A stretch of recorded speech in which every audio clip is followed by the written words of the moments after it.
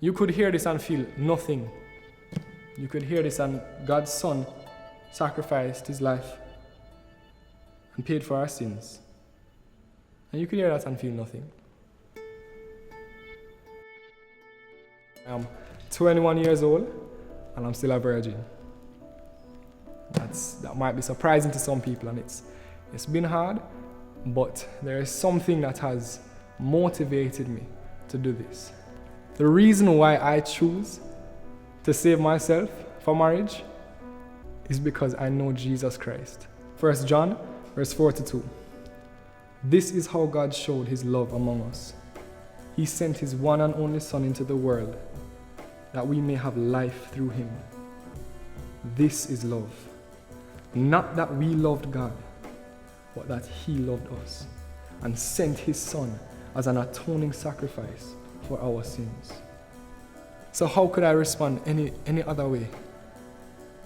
The God, the King of Kings, the Lord of Lords, the creator of this earth, who crafted the heavens with his hands, who laid the foundation of the earth, he became a man and died for my sins. So my reasonable response is to give my everything to him. You could hear this and feel nothing. You could hear this and God's Son sacrificed his life and paid for our sins. And you could hear that and feel nothing. But you need to understand who the Son is. We're all going to be in situations where we feel like, oh, there's no way out. We have no choice, like we just have to give in. But there's always a way out, and there's always a choice, and God always provides an escape route. But it's just up to us to make that decision to turn away from our sin, the sin that we want to commit. 1 Corinthians 10 verse 13 says, "No temptation has overtaken you that is not common to man. God is faithful, and he will not let you be tempted beyond your ability. But with the temptation, he will also provide the way of escape that you may be able to endure it." Sex was created by God to be something beautiful and to be something enjoyable, but it was also created in a specific setting of marriage. What's happened in society is that our idea of sex has been completely corrupted. It's almost like a hobby. Now you have one-night stands, you have friends with benefits, boyfriend and girlfriend sex. I know that when you think about it, you think, why would God make all of these rules? Like, it's so unnecessary. Why is it that we can't have sex before we're married?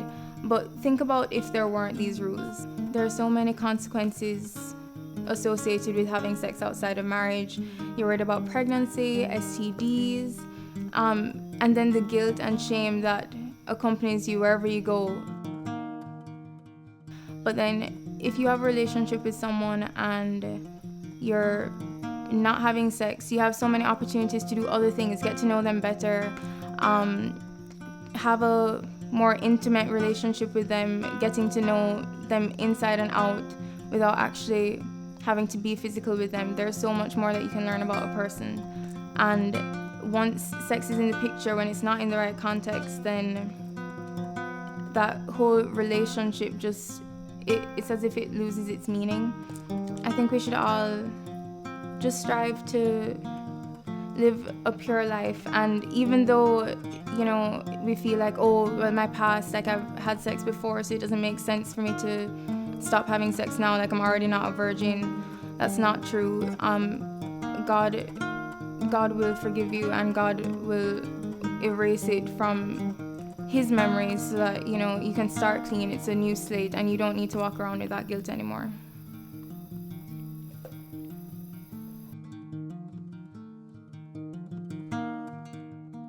At the end of the day, I'm the one facing the consequences, whether I catch HIV or whether I live to marry. I've been given a mandate to talk about sexual purity, which I don't mind, which is the hardest thing to do. Because at the end of the day, when the world sets it up, them set it up sideways, them set it up the wrong way. You see me, them tell us, yo, you are in charge of your sex life. Yeah, but them tell us, you do it when you want it, how you want it, where you want it. And that's how the thing go. Them I tell you if you do it when you want it, where you want it, or where you want it. And them I issue out condom in a school. And them I bring down the sex age from 18 to 16. Them I try to tell you, say, guess what? We have the power over it for you. So we tell you when to choose it and when to do it. At the end of the day, nobody not choose what I do for me. But me. At the end of the day, I'm the one facing the consequences, whether I catch HIV, you see me, or whether I live to married or not. Where I grew up, you know, sex, I have about 15 teenagers down there, 15 to 20, who is pregnant, and nobody's facing the consequences for them but them. You get me? I take a stand that get me called, people call me homosexual. Where I live, I never see a married couple till about 18, 19. I never know them things they really exist. You see me? But we did always want the intimacy of living with one somebody. Because something in it tell me that it's the right thing to do. At the end of the day, if you could give me a condom, then why you can't tell me, say, yo, abstinence makes sense too. Why you push a condom thing for me and you sell a condom for $89? You see me, I don't sell abstinence at all. You see me, at the end of the day, you know, I tell you the truth, at the end of the day, I mean me no good. You see me, the only good me see is the good that tell me, say, yo, wait till I'm married. The only good me see is the good that tell me, say, yo, if you have sex, you see me, make sure you're married. If you have sex, face the consequences right then. But bear this, it's not an easy thing to do. I'll be real with it because I struggle with masturbation. You see me? And it's a fight, I keep fighting.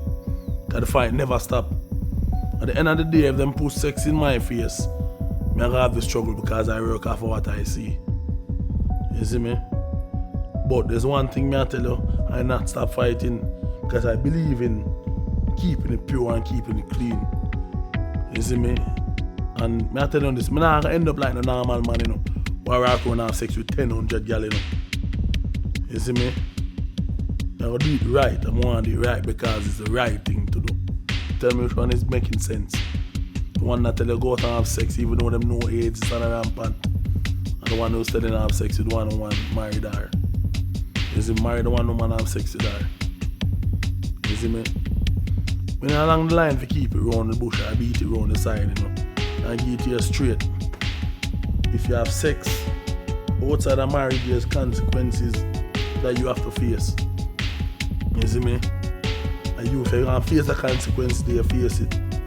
You see me? But me I take my stand and me I tell you I don't have sex until I'm married. You see me? Even though me have to struggle with masturbation, guess what? The journey continues on life. And when the journey takes me, where it carry me, willing to go the right way. You see me? I serve Christ because it's the right thing to do. Not the easiest thing, but the right thing to do. I want to do the right thing. Because where I come from, not much of us do the right thing. We end up not already doing the wrong